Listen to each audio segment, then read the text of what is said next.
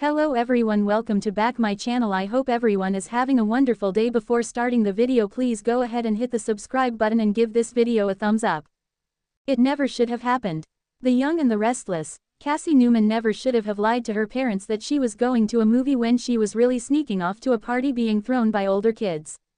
She never should have let her crush on Daniel Romalotti make her think that it was a good idea to drive the Soust teen home even though she didn't have a license. And after she crashed the car, she definitely never should have left the hospital to tell Daniel that she remembered that she'd been driving, not him.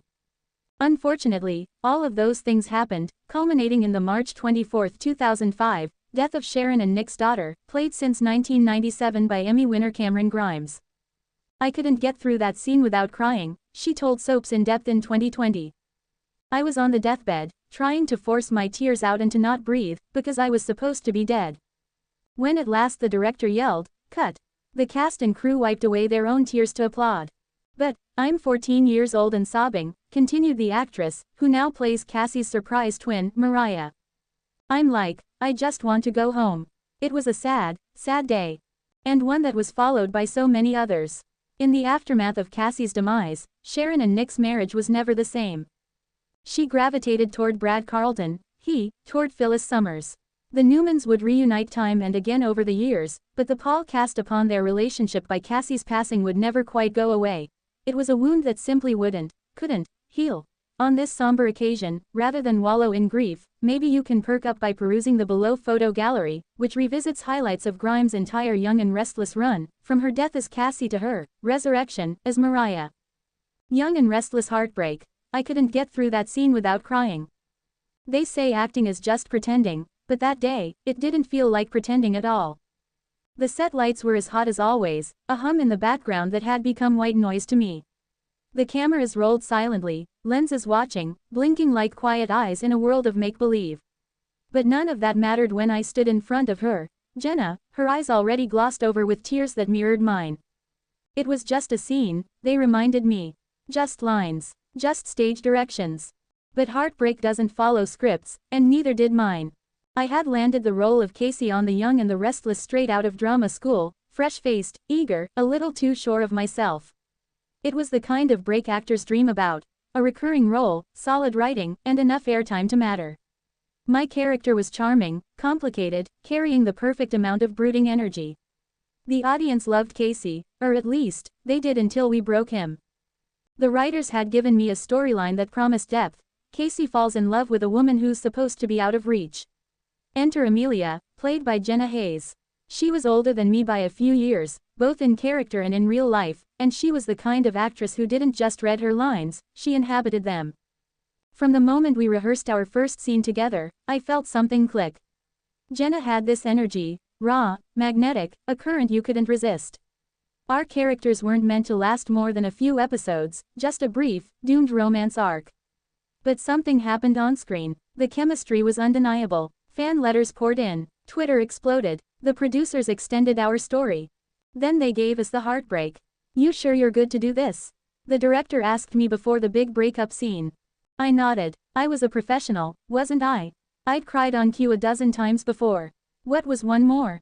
The thing is, it wasn't just the character of Casey losing Amelia. Somewhere along the line, I had started to lose Jenna too. We were close. Not dating, we always denied that, even to ourselves, but close in that maddening, electric way that makes your heart ache. Long rehearsals bled into long dinners. She knew how I took my coffee. I knew the way her voice got husky when she was tired. We would laugh too hard at inside jokes that made no sense to anyone else. And then suddenly, she was pulling away. Fewer texts, late to rehearsals, that light in her eyes when she looked at me, gone. She never gave me a reason. And I never asked. Maybe I was scared of what she'd say. So when I stood across from her on the soundstage, about to shoot the scene where Casey begs Amelia not to leave, the lines weren't fiction anymore. They were echoes of every conversation we hadn't had. The camera rolled. "You're not making any sense," I said, the line catching in my throat. "You're just walking away, after everything." Jenna's eyes shimmered. "Because if I stay, I'll lose myself. I'll lose everything I worked for." "You won't lose me," I whispered. "Isn't that worth something?" The silence stretched, a pause that wasn't scripted but felt necessary. Jenna looked down, then back up. Her voice cracked. I wish it was. And that's when it happened. My voice shook. My chest tightened. The tears weren't fake, weren't rehearsed. I was breaking, Casey was breaking, and the cameras caught every second. I couldn't get through that scene without crying. Not because I had to, but because I couldn't not. When the director yelled cut, no one moved. The air was thick with something heavy and honest. Jenna wiped her eyes, gave me a half smile, then walked off set without a word. It felt like another goodbye. After the episode aired, fans flooded the forums. Best breakup scene in years. Give them an Emmy. I've never cried so hard watching this show. They didn't know the tears were real. They didn't know I was grieving a love that never even got the chance to be called that. We didn't talk much after that. Jenna took a role on another show.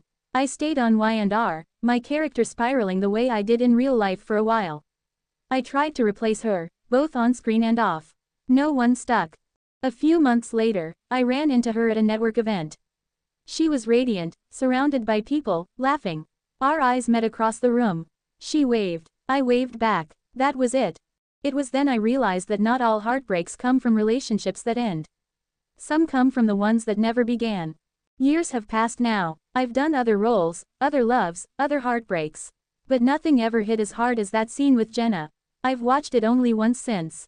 It felt too raw, like reading a page from a diary I didn't know I was writing. Some people think acting is lying. But the best scenes, the ones that stick with you, come from telling the truth through someone else's words. That day, I didn't have to act. I just had to feel. And I did, more than I ever thought possible. There's a kind of heartbreak that's quiet, soft. It doesn't come with slammed doors or final texts. It comes with silence, with almosts, with unsaid things lingering like ghosts. That's what I carry with me from The Young and the Restless. Not just the fame or the fanfare, but the memory of a single scene that broke me open. The moment I realized love, even the kind that never fully blooms, can still leave a scar. I'm grateful for that scar. Because it taught me how to be vulnerable, not just as an actor, but as a person. And maybe, just maybe, that's why people couldn't stop talking about that scene. Because for once, they weren't just watching a show. They were watching two people say goodbye for real. Author's note: sometimes, the line between fiction and reality blurs so perfectly, it hurts. That's the beauty, and tragedy, of acting. You live 1,000 lives. And every now and then, one of them leaves you forever changed. Thanks for watching this video and please subscribe our Update World 24 YouTube channel for more update news.